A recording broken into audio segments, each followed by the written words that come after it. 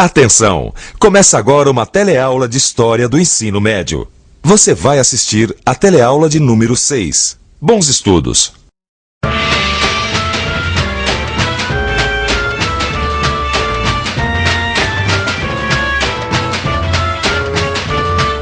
No telecurso de História Geral, você tem conhecido várias civilizações. Desde o extremo oriente da China e do Japão, até o Egito, no norte da África. E a Mesopotâmia, no Oriente Médio. Hoje você vai conhecer dois povos semitas, os fenícios e os hebreus. Viaje com a gente do mar Mediterrâneo ao Rio Jordão. Conheça os grandes navegadores da antiguidade. Veja quem ensinou o mundo a ler e quem deu à humanidade o livro mais lido de todos os tempos.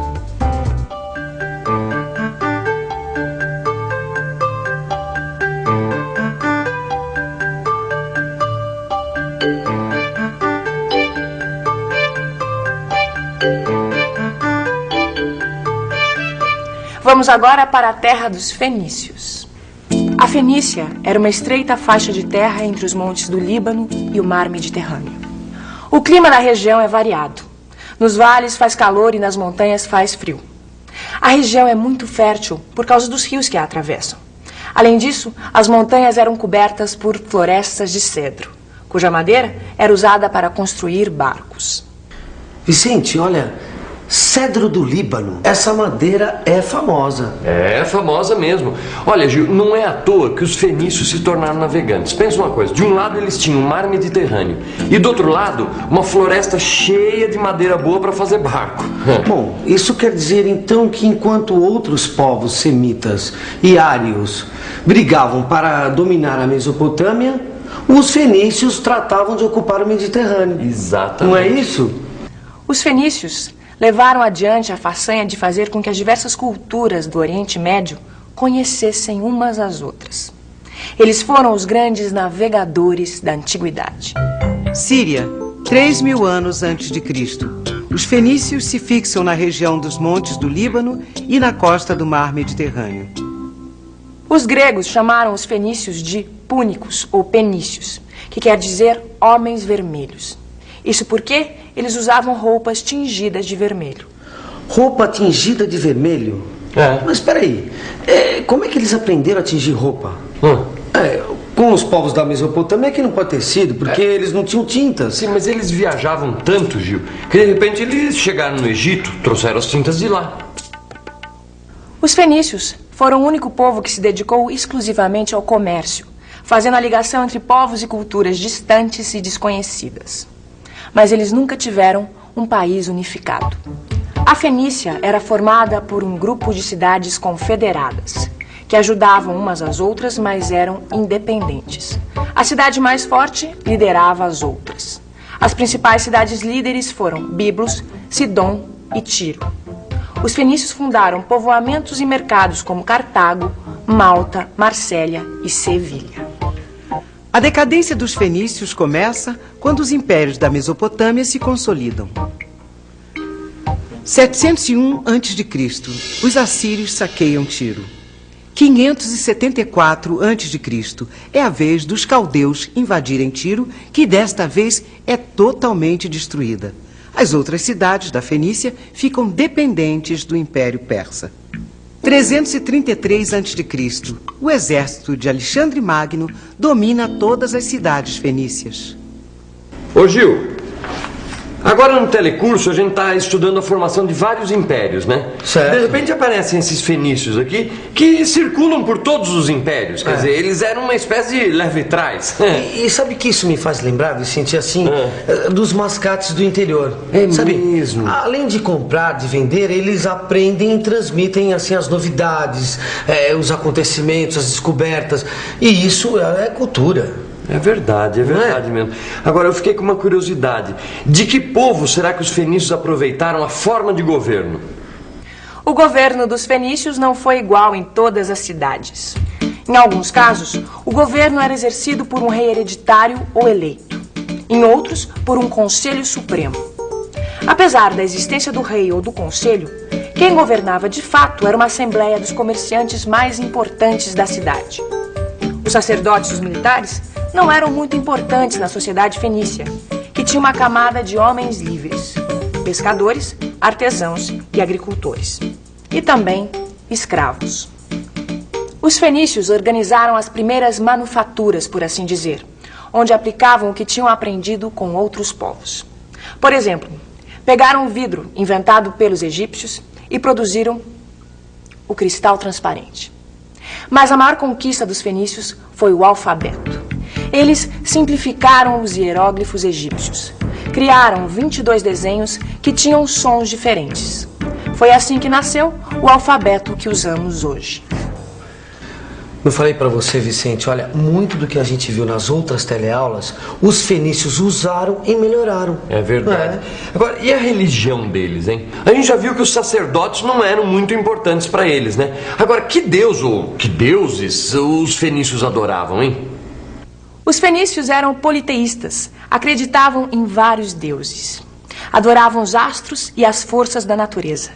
Cada cidade tinha seus próprios deuses, mas todas adoravam o sol e a lua. E vamos aproveitar que estamos falando de religião para apresentar o primeiro povo monoteísta que acreditava em um só Deus da antiguidade, os hebreus. Hoje em dia, Jerusalém é conhecida como o centro das lutas entre árabes e israelenses. Mas a luta pela posse de Jerusalém é antiga. Andando pelas ruas dessa cidade, a gente vê a história acontecendo e fica querendo saber mais sobre a origem de tanto conflito. O território da Palestina antiga formava um estreito corredor que unia os impérios do Egito e da Mesopotâmia. Foi lá que nasceu Jesus Cristo. Atualmente, esse território é ocupado por Israel. Além disso, a Palestina é a terra prometida dos hebreus, um povo semita, que por circunstâncias que nós vamos estudar ainda nesta teleaula, tiveram que se espalhar pelo mundo. Os hebreus nos legaram a moral e a ética, que serviram de base para o judaísmo e o cristianismo, duas das principais religiões do mundo. A Palestina ficava entre o Rio Jordão e o Mar Mediterrâneo, e era formada por 3 regiões geográficas: a Galiléia ao norte, a região central Samaria e a Judéia ao sul. O Rio Jordão é o único que atravessa toda a Palestina. Hoje, a Palestina é uma região semidesértica, mas antigamente ela recebia mais chuvas e era uma região muito próspera, com vales e bosques. Era essa a terra prometida que o povo hebreu tanto procurou. 3000 a.C., a tribo dos cananeus, de origem semita, chega ao Rio Jordão. 1500 a.C., a região é invadida pelos filisteus, tribos árias que vieram da ilha de Creta, e passa a se chamar Filistina. 1400 a.C., a tribo semita dos hebreus conquista os cananeus e os filisteus e estabelece um reino. O Antigo Testamento da Bíblia, o livro sagrado dos hebreus, conta essa história. Por volta de 1800 a.C., os hebreus eram pastores nômades e adoravam muitos deuses e ídolos. Deus escolheu Abraão para ser o pai de um povo através do qual viria a salvação do mundo. Abraão queimou os ídolos e partiu em direção a Canaã. Deus apareceu novamente para propor a mesma coisa ao filho e ao neto de Abraão, Jacó. 1280 a.C., os egípcios ordenam a morte de todos os filhos dos hebreus para evitar que eles se tornem mais numerosos. Para fugir do massacre, os pais de uma criança o colocam num cesto de vime e lançam ao rio Nilo. Uma filha do faraó encontra o bebê e o adota. O nome da criança é Moisés. Moisés escapou do massacre num cesto de vime. Até hoje, os cestos de bebês são conhecidos pelo nome de Moisés. Criado pela filha do faraó, Moisés cresceu e se encarregou de salvar o seu povo. Moisés guiou os hebreus numa fuga que a Bíblia chama de Êxodo. Quando os hebreus atravessaram o deserto do Sinai, fez-se um novo pacto. Deus protegeria o povo hebreu se este o obedecesse. Foi nessa ocasião que Moisés recebeu os 10 mandamentos. Os hebreus não acreditaram na palavra de Deus e, por terem desconfiado, ficaram vagando no deserto durante 40 anos. Finalmente, Moisés os levou à terra prometida e, ao chegar, morreu. 1044 a.C., Os hebreus lutam contra os filisteus e cananeus e unificam suas 12 tribos. É sagrado o primeiro rei de Israel, Saul. Em 995 a.C., Davi, sucessor de Saul, assume o trono de Israel. Davi se tornou rei depois de matar o gigante filisteu Golias com uma funda como esta. É uma espécie de atiradeira. Ele unificou o país e fixou a capital do reino de Israel na cidade de Jerusalém. Ele passou o trono para seu filho Salomão. O reinado de Salomão foi de paz e prosperidade. Veja agora como era a sociedade dos hebreus.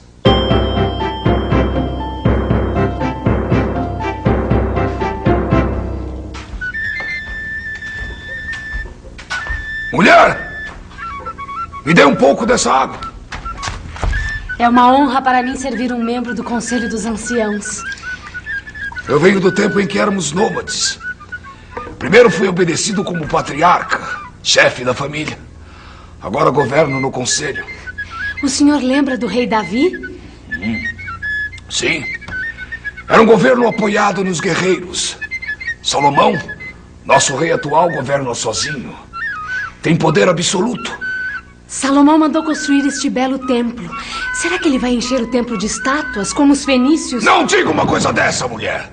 Nós não acreditamos em ídolos. Nosso Deus é um só. Não pode ser representado por estátuas. O Deus dos hebreus dava tudo o que eles precisavam e deixava que soubessem o que queria deles através das revelações. Tudo isso está na Bíblia, que em grego quer dizer os livros. Ô Vicente, eu conheço a Bíblia. Só que a Bíblia que eu conheço é diferente, fala sobre Jesus Cristo. Não, mas você está falando do Novo Testamento. Só que nessa teleaula a gente está vendo a história dos hebreus antes de Cristo. E essa é a história do Antigo Testamento. Depois de Salomão, veio a decadência, e o reino se dividiu em dois, Israel e Judeia. Os israelitas se misturaram com os cananeus e voltaram a adorar ídolos. 721 a.C., os israelitas, dominados pelos assírios, se revoltam, são derrotados e levados prisioneiros para a cidade de Nínive. Reino da Judéia, 587 a.C. Nabucodonosor, rei da Caldeia, destrói a cidade e o templo de Jerusalém e leva os judeus para serem escravos na Babilônia. Mas o novo reino dos judeus ainda estava distante. Eles foram escravos na Babilônia até que os persas derrotaram os caldeus. Aí, voltaram para a Palestina, onde foram conquistados por Alexandre Magno, rei da Macedônia. Quando o Império de Alexandre caiu, a Palestina passou a ser parte do Império Romano. Mas nem todos os hebreus ficaram na Terra Prometida. Muitos deles se fixaram nas costas do Mar Mediterrâneo, especialmente na Europa. E essa dispersão dos hebreus pelo Mediterrâneo ficou conhecida como diáspora. Depois da diáspora, os judeus se espalharam pelo mundo. Quando foi que eles voltaram à Palestina? Bom, os judeus eles nunca abandonaram por completo a Palestina. Mas quando eles voltaram em massa mesmo, foi no ano de 1947, no ano da criação do Estado de Israel, como parte de um processo nacionalista. E atenção, se liga aí que é a hora da revisão. Na teleaula de hoje, você viu como os fenícios eram diferentes dos povos que habitavam o Egito e a Mesopotâmia. As diferenças estavam na forma de governo, na escrita, na organização social. Os fenícios foram descobridores e comerciantes. As cidades confederadas dos fenícios se ajudavam mutuamente, mas eram independentes umas das outras. A religião dos hebreus era diferente das religiões dos demais povos do Oriente Médio Antigo. Eles eram monoteístas. Seu Deus se comunicava através de mensagens e revelações. A sociedade dos hebreus era patriarcal. O governo era exercido por um conselho de anciãos. A história do povo hebreu está contada no Velho Testamento da Bíblia. A herança dos fenícios e dos hebreus permanece com a gente até no nosso dia a dia. No seu livro de estudos, você vai encontrar material para pensar e discutir sobre isso. E até a próxima teleaula.